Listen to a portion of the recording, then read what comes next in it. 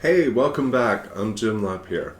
Today I'm going to talk about how to let it go. This is actually a question that was emailed to me recently.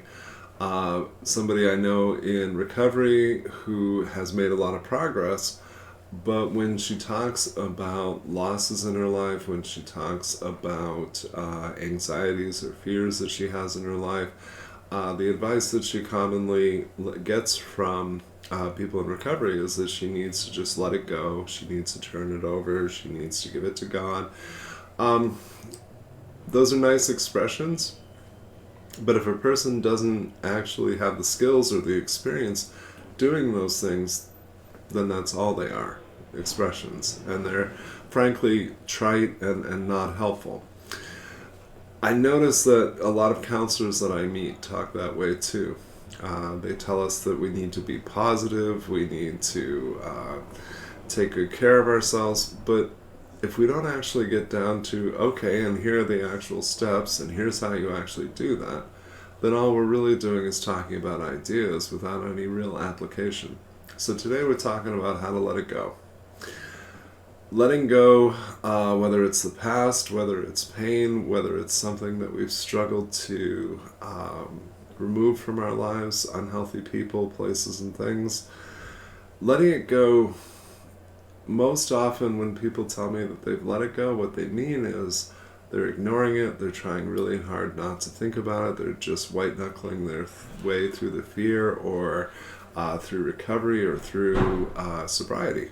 And of course, none of those things work all that well. Letting it go is an ongoing process, not a one time event. And it requires that we do a lot of things that don't come naturally to us. So the first one is, if we're going to make some big changes in our life and in ourselves, then we have to pay attention to ourselves. Okay, a counselor would call it mindfulness, but to me, mindfulness is a nice word for, hey, pay attention to you. If I'm paying attention to me, if I'm being mindful, then I can notice urges, I can notice emotions, I can notice intrusive thoughts or memories or things that I don't want in my life. And then instead of pushing them away, right, because they're like a boomerang, you can throw them out, but they're always going to come back. You tolerate those and you sit with them. The next piece of letting it go is you have to withhold judgment of those thoughts, of those memories, of those feelings. Because those are things that are occurring naturally. That's your brain trying to work out something from your past or something that it found to be traumatic or overwhelming, something that was unacceptable.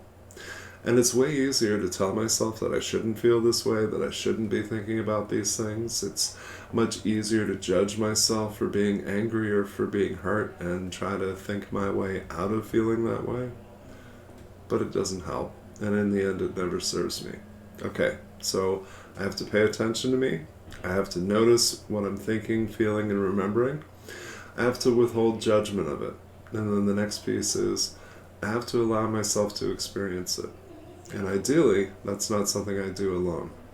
I say to folks I serve all the time, when we do it alone, too often we're suffering. So we're recycling pain and not really letting go of anything.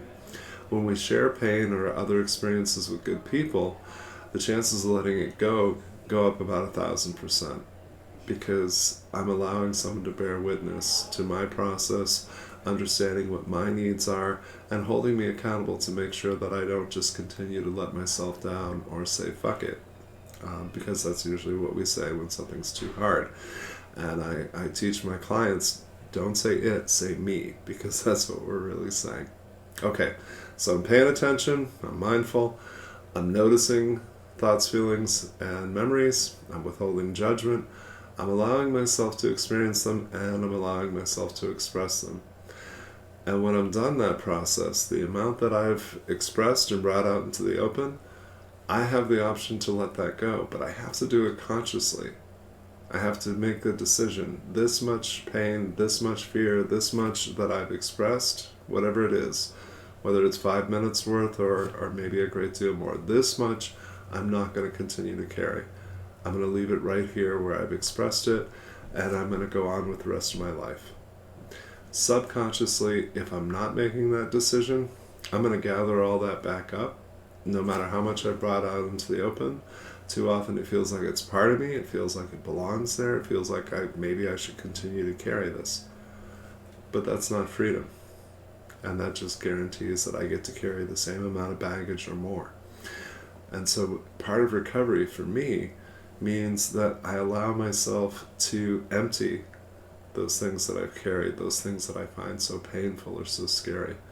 And progressively, I don't do those things alone. I do them with kindred spirits. I do them with people who have struggled similarly. And that way, we build real support. Not just, people that are there if I need them, but people that are there because I need them and they need me. And the more that I can attract those kindred spirits, the better my journey gets. I have to remind myself that it helps them to help me. It allows something good to come out of their past pain, their past experience. If they're further along on the journey than I am, that's great. They have something to teach me. And whatever I'm taught, whatever I experience, I get to pay it forward. So in that scenario, everybody wins.